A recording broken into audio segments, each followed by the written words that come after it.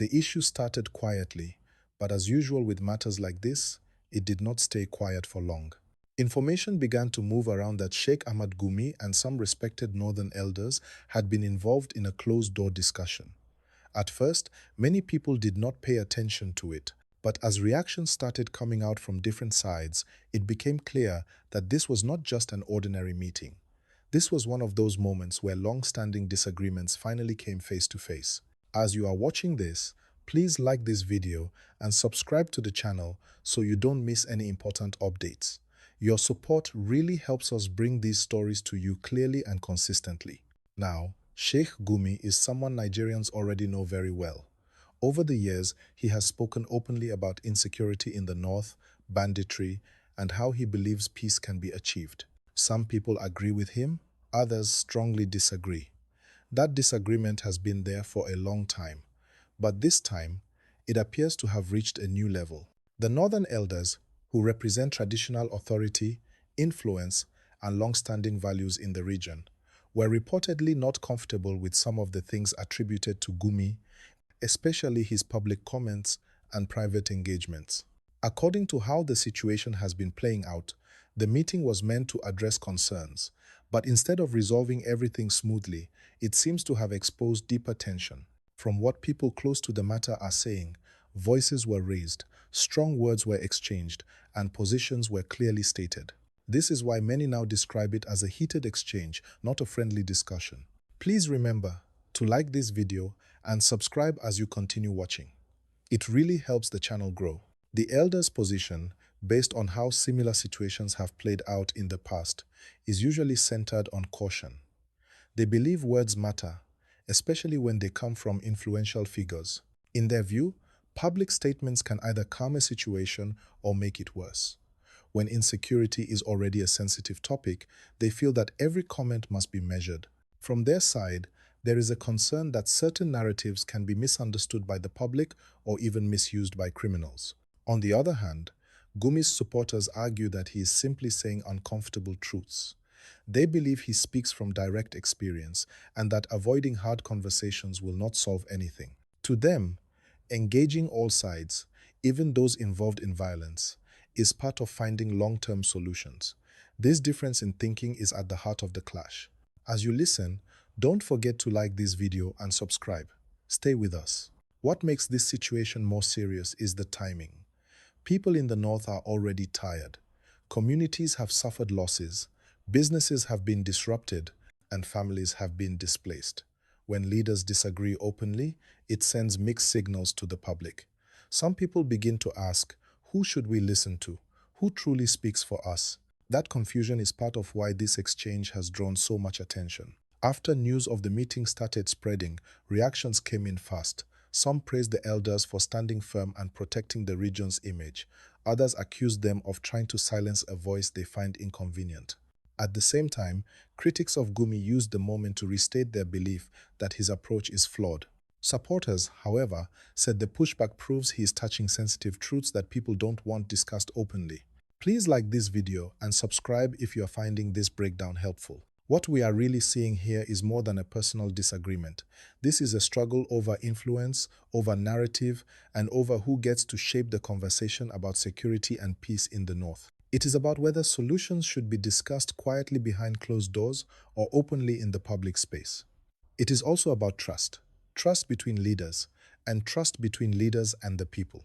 Another important angle is unity. The North is not a single voice.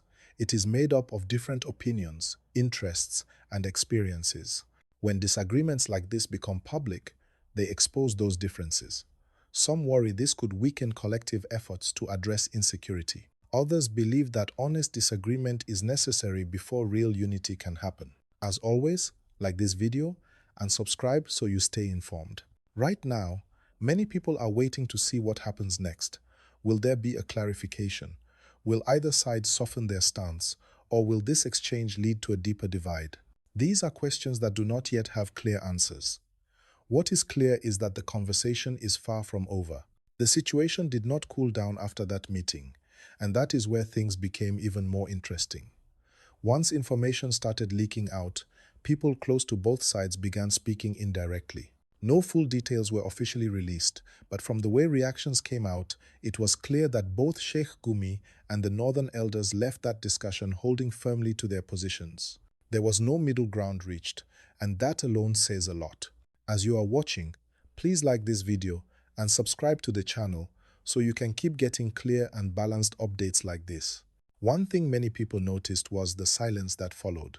When an issue is small, people rush to explain, but when something is serious, there is often a pause. That pause allows speculation to grow. Some people started saying the elders were angry because they felt their authority was being challenged. Others believed Gumi felt he was being unfairly targeted for expressing views that many quietly agree with. In the absence of clear statements, everyone began reading meanings into body language, tone, and past comments. What cannot be ignored is the role of influence. Sheikh Gumi has a strong following, especially among young people who feel traditional leadership has not fully addressed their daily struggles. The elders, on the other hand, carry decades of respect and cultural authority.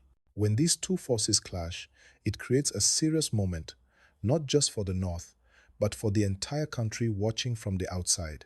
Please remember to like this video and subscribe. Your support matters. Another angle people are discussing is trust between generations. Many younger Nigerians believe older leaders are too cautious and slow to adapt. Older leaders often feel younger voices speak too freely, without considering long-term consequences. This meeting, whether planned as a peace talk or a warning, seems to reflect that wider generational gap. It is not only about insecurity, it is about how leadership itself should be expressed in modern Nigeria. There is also the question of image. Northern elders are often very careful about how the region is portrayed nationally and internationally. They worry that repeated controversial statements can damage credibility and invite negative attention. Gumi, on the other hand, appears less concerned about image and more focused on what he sees as reality on the ground. This difference alone can create serious friction, especially behind closed doors where emotions are less controlled. As you listen, don't forget to like this video and subscribe so you don't miss the next part. What makes this whole situation delicate is that insecurity is not a topic that allows room for ego. Lives are involved, communities are affected. Every statement, every disagreement carries weight. That is why many people were hoping that the meeting would end with a united message. Instead, what came out feels more like unresolved tension. Some observers believe this exchange might actually force a more honest conversation going forward. When disagreements are hidden, they grow quietly. When they come out, even in a heated way, at least everyone knows where each side stands. Others fear it could deepen divisions and make cooperation harder in the future.